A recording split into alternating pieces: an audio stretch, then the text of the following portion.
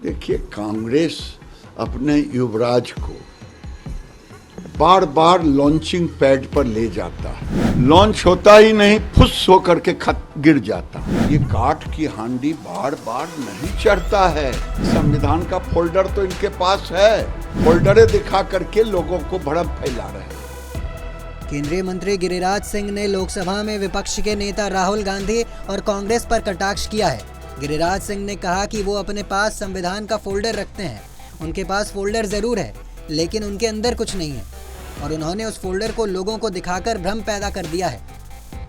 इसके अलावा गिरिराज सिंह ने क्या कुछ कहा, आइए सुनते हैं। देखिए, कांग्रेस अपने युवराज को बार बार लॉन्चिंग पैड पर ले जाता है।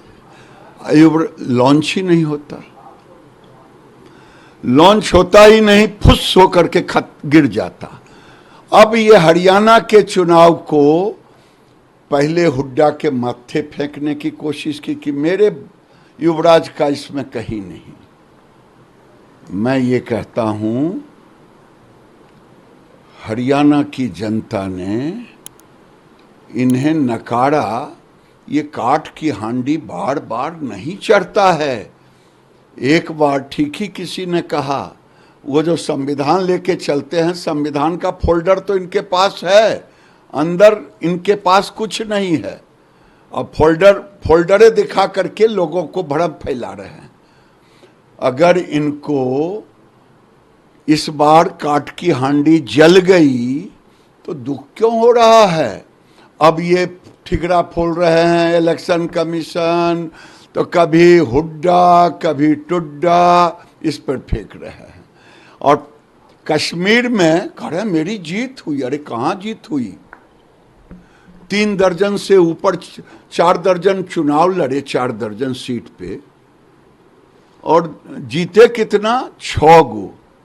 बीजेपी तो ऐसा कश्मीर में मुंहे भाड़ गिराया है, इनकी सारी जो कैरिकेचर कर रहे थे जोकर की तरह, सब खत्म हो गया।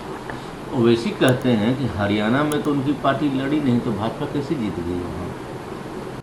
ये तो ओवैसी और कांग्रेस जाने, वो हार को छिपाने के लिए किसी के नाम पे देंगे।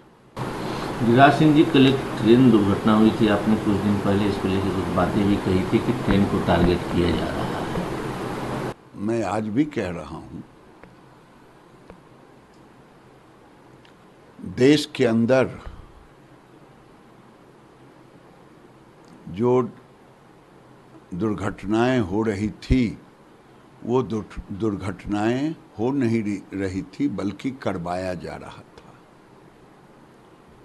और लगभग जांच में हमें जांच रिपोर्ट तो नहीं मिला है, लेकिन जो मुझे मालूम हुआ है उसमें एक समुदाय के लोग कहीं पे पत्थर, कहीं पे कुछ, कहीं पे कुछ, कहीं पे कहीं न कहीं एक साजिश ही नजर आया। देश दुनिया की ऐसे ही तमाम खबरों के लिए देखते रहें punjabkesari.com। साथ ही कमेंट सेक्शन में अपनी राय जरूर दें।